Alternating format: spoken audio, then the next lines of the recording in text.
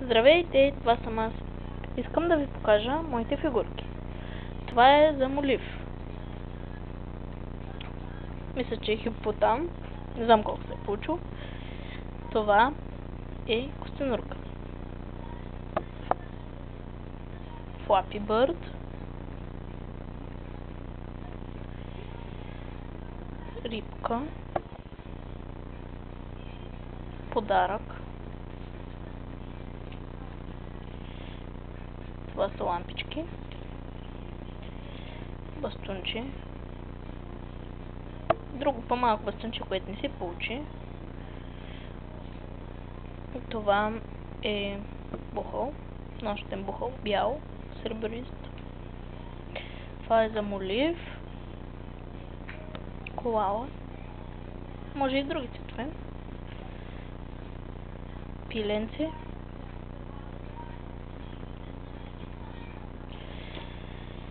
Това е лапичка. Друго пиленце. Angry Bird за молив. Банан. Това е коледен венец. Част от сърце, което прилича малко на ягода. Това е една грибна, която не се получи. Полярна мечка. Аз добавих опашката. Сърце, което се разплете. Мишка, която няма уши. Слушалки.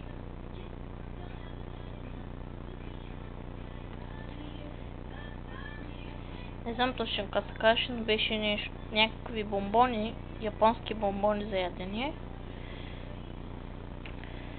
Панда за молив.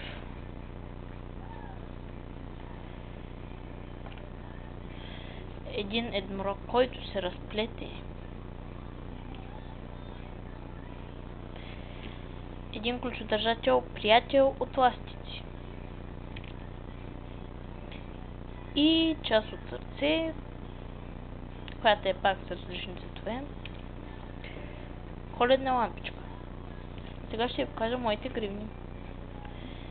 Това е четворна гривна, която се плете на вилици. Тази се плете по много труден начин, няма да мога да направя видео. Но много хубаво се получава все пак. Става за всякакви дрехи, много е хубава. Едни хубави розички, за тях мога да пусна един урок. Много лесно се плетат. Още един вид розички, те стават много хубаво.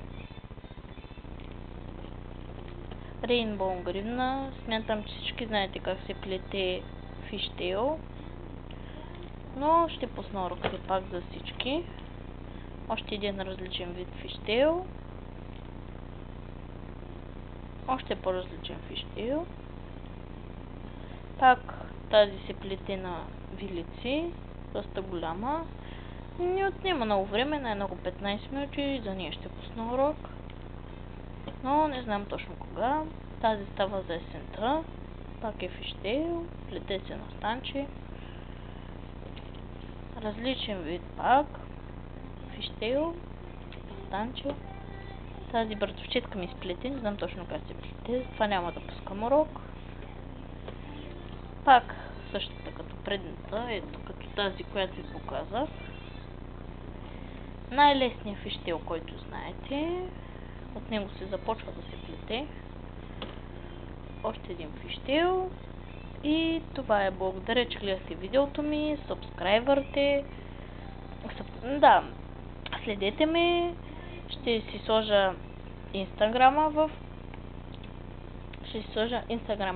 описанието, Фейсбук страницата ми и също моят личен профил във Фейсбук и Twitter. Благодаря, че бяхте с мен. Много ви обичам и ще пусна още едно видео, с което ще ви покажа как да изплетете най-различни неща, които току-що ви показах. Благодаря, много ви обичам и довиждане и до скоро!